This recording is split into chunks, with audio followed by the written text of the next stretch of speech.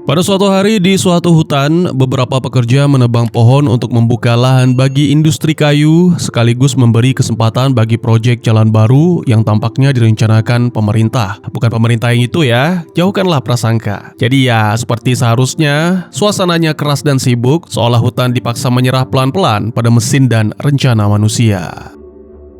Tiba-tiba, seorang staf yang bekerja sendirian disergap oleh sesuatu yang tak terlihat. Ia diseret pergi sebelum sempat berteriak, lalu tewas di tempat, meninggalkan pertanyaan yang menggantung, siapa pelakunya, bagaimana bisa secepat itu, dan ya, apa yang sebenarnya terjadi.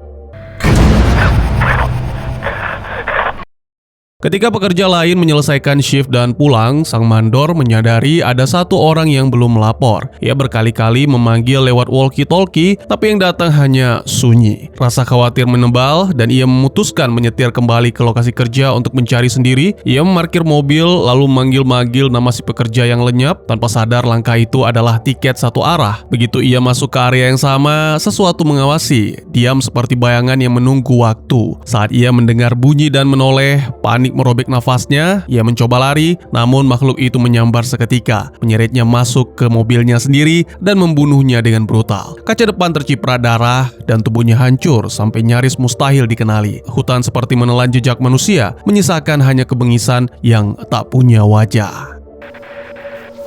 Oh my God.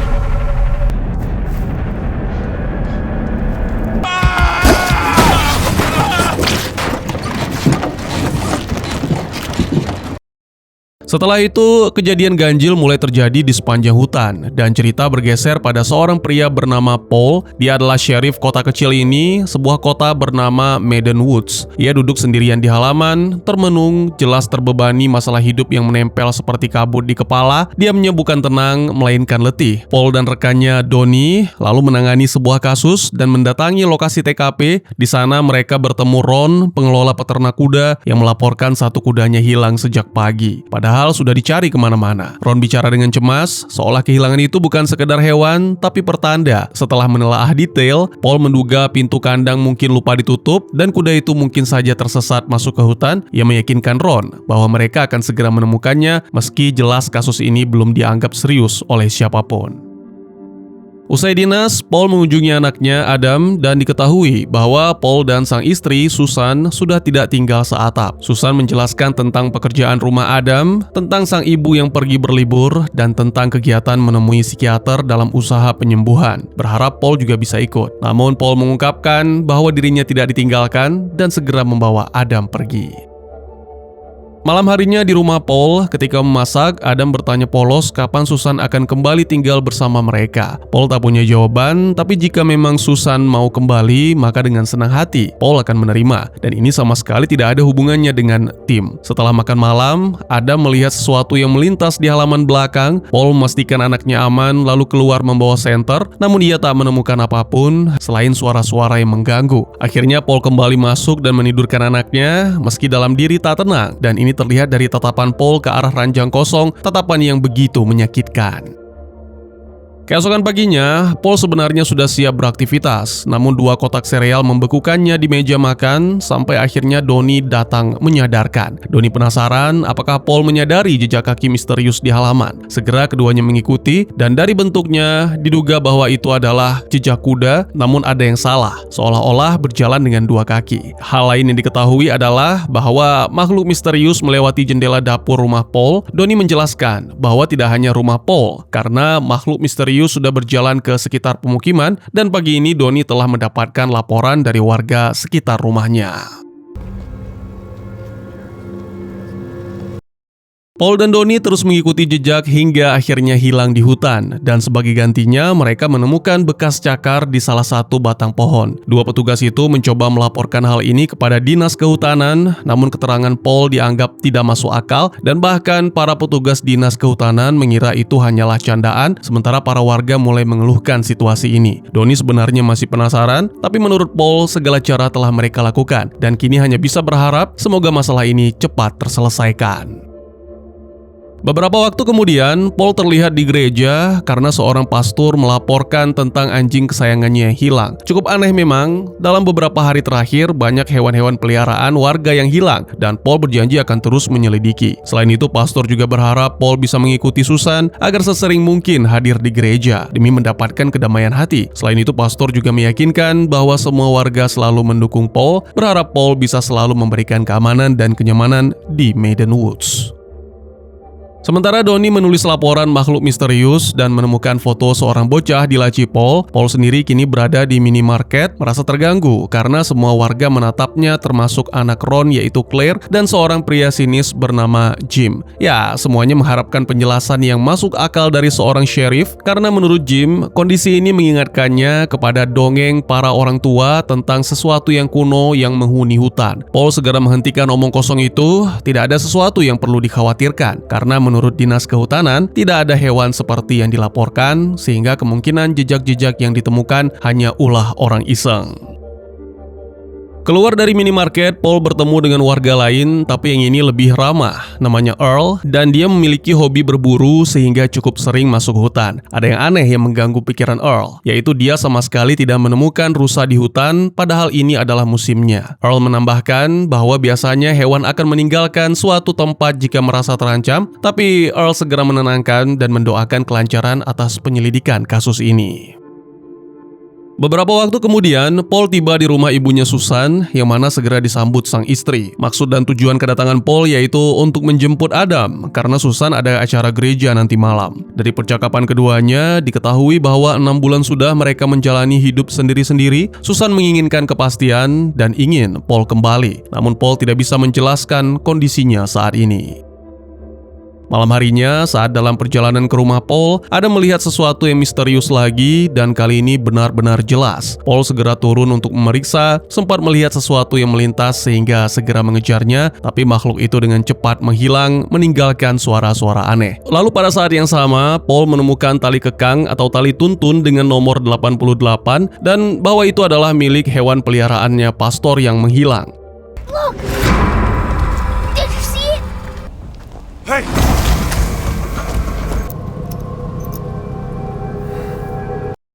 Saat kembali, Paul sangat terkejut ketika melihat Adam tidak ada di tempat. Dengan panik, Paul mencarinya dan akhirnya menemukan Adam di sebuah gudang tua. Bocah itu mengaku mendengar suara-suara mengerikan di sekitar mobil sehingga memutuskan melarikan diri.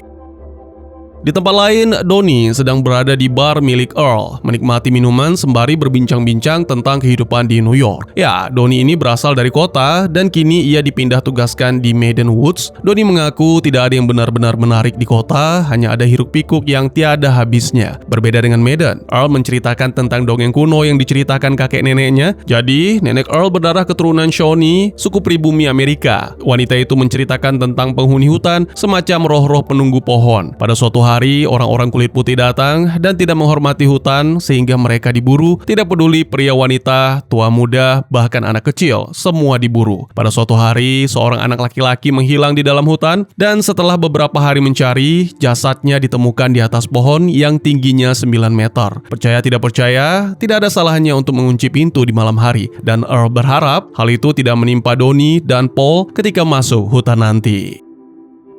Keesokan paginya, Paul bangun dengan perasaan berat sama seperti hari-hari sebelumnya. Kemarin, Susan sempat mengatakan bahwa hari ini mereka ada pertemuan dengan guru pasca mendapat laporan bahwa para siswa menyebut Adam sebagai devil atau setan. Bukannya tanpa alasan, Adam ternyata membuat para siswa berbicara kata-kata kasar. Paul dan Susan tidak sanggup menahan tawa, tapi segera mereka meminta maaf. Selain itu, guru juga mengeluhkan Adam yang membicarakan tentang tim, bersikap seolah-olah tim masih hidup. Seketika emosi Susan pun meledak. Dia menegaskan bahwa tidak ada yang boleh memprotes bagaimana Adam terhubung dengan saudaranya.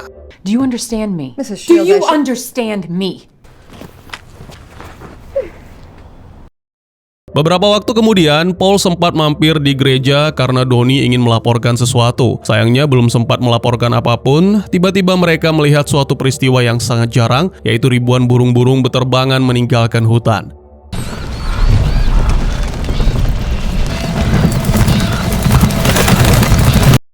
Mereka pun melanjutkan pembicaraan tentang Earl di kedai kopi, mulai dari tentang hewan-hewan yang meninggalkan hutan karena sesuatu yang mengancam, sampai dengan cerita dongeng yang diturunkan dari generasi ke generasi. Namun Paul tidak mau mempercayai hal itu, karena tidak mungkin ada raksasa di dalam hutan dan jasad bocah yang ditemukan di pohon. Paul yakin itu adalah korban pembunuhan. Malam harinya, sementara Paul menatap berkas-berkas laporan dan menemukan surat cerai, Donnie membantu memperbaiki mobil Susan yang mogok. Sedikit banyak, Donnie paham soal permesinan karena sang ayah memiliki usaha bengkel. Keduanya sama-sama cemas akan kondisi Paul, dan Susan kemudian menceritakan tentang kecelakaan yang dialami Tim. Jadi ketika Susan mengantar Adam, Tim yang dijaga oleh Paul tergelincir di kolam renang dan kepalanya membentur dasar. Tidak ada yang menyalahkan Paul karena itu murni kecelakaan, tapi Paul terus menyalahkan dirinya sendiri sehingga tenggelam dalam keterpurukan. Tiba-tiba saja Paul mendapat panggilan, jadi segera menuju ke peternakan Ron. Setibanya di sana, terlihat Ron sedang bertengkar dengan Claire. Karena sudah tidak tahan dengan teror-teror yang dialami belakangan ini, ditambah lagi setiap malamnya, satu ekor kuda menghilang. Paul segera menenangkan dan mengambil senapan Ron. Namun tiba-tiba saja,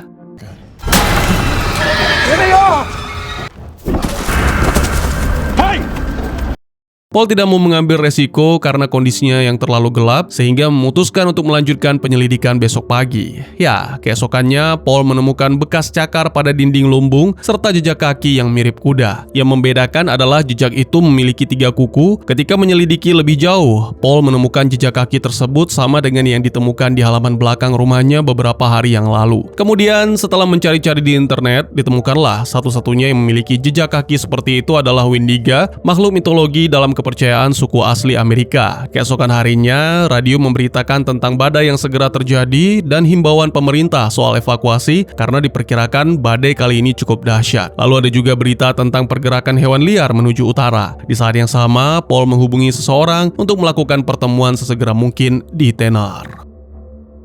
Paul kemudian menuju ke sebuah tempat makan untuk makan bersama keluarga. Seperti biasa, semua mata warga tertuju padanya dengan tatapan penuh tanda tanya karena sampai saat ini belum mendapatkan keterangan tentang yang terjadi di kota. Saat makan bersama, ada menanyakan tentang keluarga mereka dan sangat ingin ayah dan ibunya bersatu kembali seperti dulu. Paul mengaku masih mencintai Susan, namun terkadang ada hal-hal rumit yang sulit untuk dijelaskan. Adegan berpindah menampilkan malam harinya, Donnie tiba di minimarket untuk membeli secangkir kopi dan bertemu dengan Claire. Ini pertemuan ketiga mereka sejak Donnie datang dari New York, dan ya, keduanya terlihat saling tertarik. Sementara itu, Paul yang sedang patroli di dekat hutan menemukan bangkai rusa di tengah jalan. Setelah membagikan masalah ini kepada Donnie, Paul pun mencoba memeriksa dan sangat mengejutkan.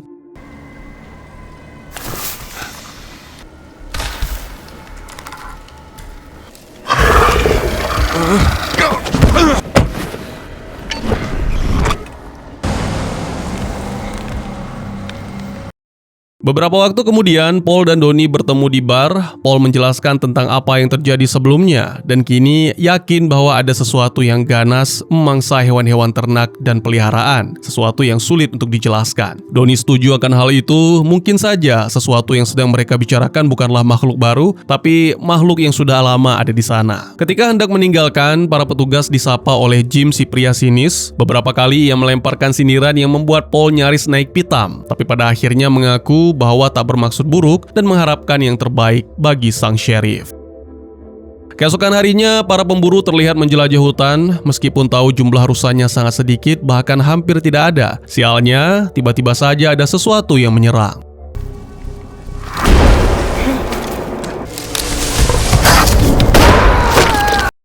Sementara itu, para polisi saat ini sedang berada di markas. Donnie membicarakan tentang penerimaannya di Meadow Woods tanpa wawancara, bukan karena nepotisme, tapi karena Paul mengetahui latar belakang dan kesalahan Donnie dalam urusan tembak-menembak. Pembicaraan pun berlanjut ke arah yang lebih penting. Donnie menyinggung tentang keyakinan dan mengungkapkan bahwa mutasinya ke Meadow Woods adalah kehendak Tuhan. Mungkin saja Tuhan ingin Donnie melindungi sesuatu, atau mungkin juga Tuhan menginginkan agar Donnie dilindungi oleh Paul misalnya.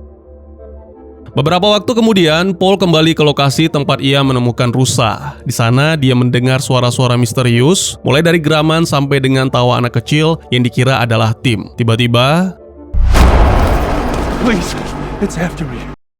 Salah satu dari pemburu yang selamat memohon pertolongan dan segera Paul membawanya ke kantor untuk diinterogasi. Si pemburu menjelaskan bahwa semua terjadi begitu cepat. Si pemburu dan teman-temannya diserang dan melihat wujud makhluk yang menyerang tapi tak mampu menjelaskan seperti apa. Paul semakin yakin ada makhluk atau hewan yang sangat berbahaya yang selama ini bersembunyi di hutan. Dia juga yakin makhluk itu cukup cerdas karena selama ini menghindar dan bersembunyi, dan kini mungkin makhluk itu mulai terancam oleh manusia. Menyadari situasinya sudah terlalu gawat, mereka segera menghubungi dinas kehutanan dan mengeluarkan perintah tegas, tak seorang pun boleh masuk ke hutan apapun alasannya. Mereka menekankan bahwa tindakan darurat harus dilakukan secepatnya, ancaman ini harus dibendung, dan makhluk itu harus disingkirkan sebelum nyawa lain jadi harga berikutnya. Namun Paul dan Donnie menolak hanya hidup dari laporan orang lain. Mereka memimpin sebuah tim, beranggotakan Jim dan Earl, masuk langsung ke bagian hutan yang sama tempat serangan pernah terjadi, dan apa yang mereka temukan di sana benar-benar merusak keberanian. Beberapa jasad pekerja tergantung di dahan-dahan pohon, disusun dalam pola yang mengerikan, seolah dijadikan pesan. Jelas sudah, itulah para pekerja yang hilang sejak awal cerita. Pemandangan itu bukan hanya brutal, tapi juga berakal, menegaskan bahwa makhluk tersebut cerdas sekaligus kejam, membuat semua yang melihatnya merasakan dingin merayap sampai ke tulang. Begitu kabar itu menyebar, seluruh kota mulai menutup diri di bawah selimut ketakutan. Salju turun lebat, jalanan menjadi sunyi, toko-toko tutup lebih cepat, dan orang-orang mundur ke rumah masing-masing, mengunci pintu serta jendela rapat-rapat. Udara dingin seakan meniru rasa gentar yang membeku di dada warga. Jarak pandang makin buruk, keadaan makin liar, dan penyelidikan pun berubah menjadi sesuatu yang jauh lebih tegang dan berbahaya. Pertanda bahwa semuanya sedang meluncur keluar dari kendali siapapun.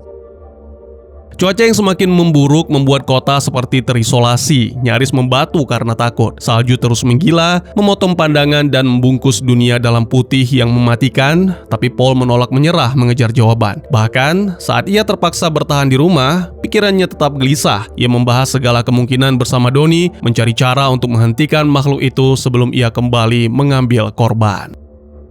Ketegangan di rumah terasa menyesakan, dan tepat ketika Paul mengira ia punya sehela nafas untuk menenangkan diri, jeritan anaknya tiba-tiba memecah sunyi. Jantung Paul berlari lebih dulu sebelum tubuhnya menyusul. Ia menerjang ke kamar anaknya, dan di sana ia sadar mimpi buruk itu sudah mengikuti mereka pulang. Makhluk itu telah menerobos lantai bawah, kehadirannya mengisi rumah dengan rasa ngeri yang nyaris berwujud.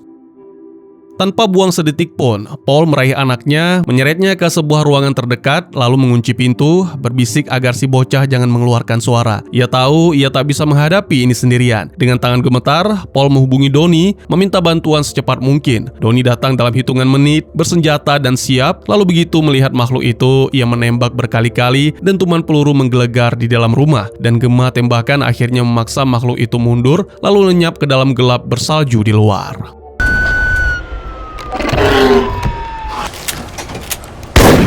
Donnie! Malam itu, kebenaran mengerikan tak lagi bisa diabaikan. Jika makhluk itu bisa masuk ke rumah dengan semudah itu, berarti tak ada tempat yang benar-benar aman di kota ini. Karena itulah, Paul dan Donnie memutuskan untuk mengumpulkan seluruh warga di satu tempat agar mereka bisa dilindungi bersama-sama. Mereka menggiring semua orang menuju gereja, percaya bangunannya yang kokoh dan ruangannya yang luas memberi peluang keselamatan, setidaknya untuk bertahan, setidaknya untuk tidak sendirian. Orang-orang berdesakan dalam ketakutan, merapatkan tubuh, melafalkan doa pelan sementara badai mengamuk di luar. Namun, harapan yang rapuh itu runtuh ketika mereka melihat sosok bayangan gelap berdiri di balik pintu gereja, diam, menunggu, seperti malam yang tiba-tiba punya mata.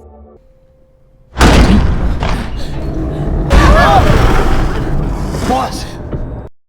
Di balik pusaran salju yang berputar liar, makhluk yang sama akhirnya terlihat jelas, bergerak perlahan mendekati pintu gereja, setapak demi setapak, dan membuat semuanya jadi terang dalam cara yang paling menakutkan. Bahaya itu mengikuti mereka sampai ke sini. Lalu, tanpa peringatan, dentuman menggelegar memecah malam, pintu-pintu besar gereja meledak ke dalam saat makhluk itu menerjang, merobek pertahanan terakhir yang selama ini dipercaya warga sebagai tempat paling aman. Panik pun pecah seketika. Orang-orang menjerit, berhamburan, saling sikut demi mencari jalan keluar, sementara Paul dan Donnie berteriak sekuat tenaga, memerintahkan semua orang lari dan keluar saat mereka mencoba menahan garis depan. Makhluk itu bergerak seperti mimpi buruk yang dipaksa jadi nyata. Cepat, brutal, kuat, menyapu bangku-bangku dan dinding seolah semuanya cuma kertas. Di tengah kekacauan, ia menerjang Paul, membantingnya keras ke lantai sampai tubuhnya cedera, dan untuk beberapa detik yang terasa seperti seumur hidup, kematian berada di depan mata.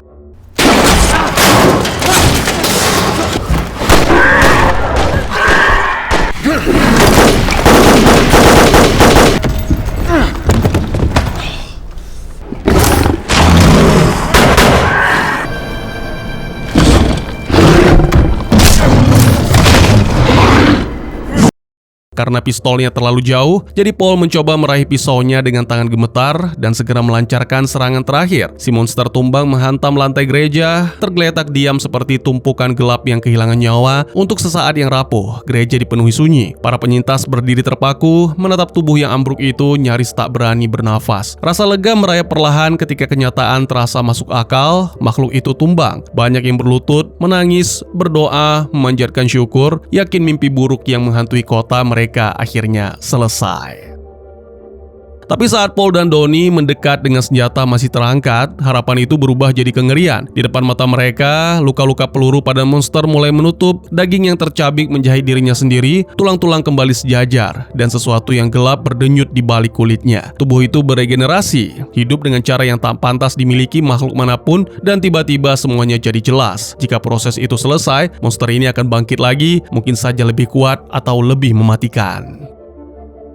Pemandangan itu menegaskan ketakutan yang sejak awal membayangi. Ini bukan hewan biasa, bahkan bukan sekedar mutasi, melainkan sesuatu yang benar-benar jahat seolah terbangun atau dipancing keluar oleh perusakan hutan yang tak henti dan sikap manusia yang menganggap alam hanya bahan untuk dihabiskan. Kengerian belum berhenti di sana. Ketika menoleh keluar gereja, mereka melihat lebih banyak makhluk serupa muncul dari gelap. Siluet-siluet besar mengepung bangunan itu, lalu menyebar ke seluruh kota ke segala arah, seperti gelombang yang tak bisa ditahan.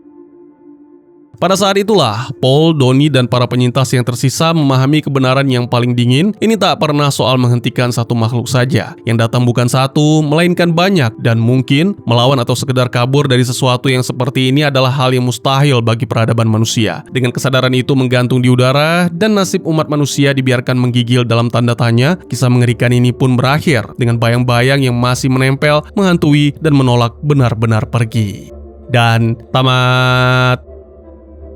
Film sengaja bikin identitas makhluknya tidak dijelaskan secara gamblang supaya rasa takutnya tetap hidup sampai akhir. Tapi kalau dirunut dari petunjuk yang ditebar, arahnya kuat ke sosok Wendigo, atau setidaknya makhluk yang terinspirasi dari Wendigo. Film juga masih membuka kemungkinan lain, ini bisa saja predator langka yang selama ini bersembunyi di hutan, lalu jadi agresif setelah wilayahnya terganggu. Petunjuk muncul dari pola kejadian yang naik level pelan-pelan. Awalnya ternak hilang atau ditemukan mati dalam kondisi yang terlalu brutal untuk dianggap serangan hewan biasa, lalu ketakutan itu merembet ke warga. Jejak kaki aneh juga dan suasana hutan yang terasa punya penghuni bikin penonton terus bertanya-tanya, ini makhluk biologis, roh legenda, atau campuran keduanya?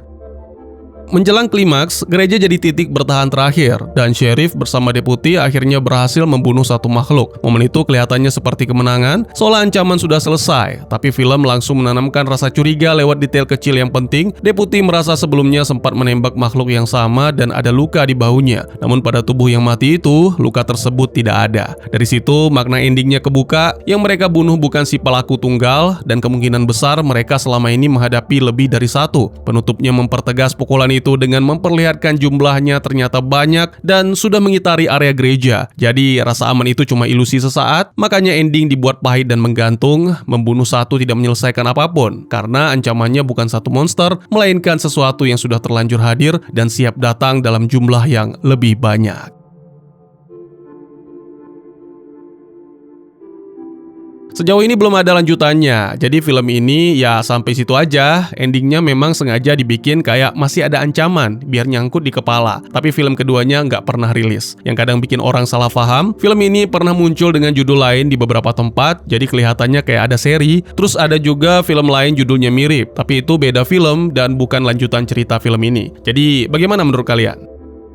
Mungkin segitu saja teman, terima kasih buat yang sudah menyaksikan. Silahkan memberikan komentar, bertanya, ataupun merequest kira-kira film apa yang menarik untuk dibahas. Bisa lewat kolom komentar, atau buat yang malu-malu bisa via DM ke Instagram saya di @tegugusto. Insya Allah pasti akan dibaca. Mari kita jadikan kolom komentar sebagai sarana penambah wawasan dan menciptakan jalinan persaudaraan, bukan malah menjadikannya sebagai tempat pembulian sehingga menciptakan permusuhan. Jangan lupa untuk dukung terus channel ini dengan cara share, like, dan subscribe, karena dukungan dari kalian sangat berharga bagi saya demi perkembangan channel ini. Saya Gusto, sampai jumpa di video selanjutnya. Tetap semangat, tetap bersyukur setiap hari. Dadah!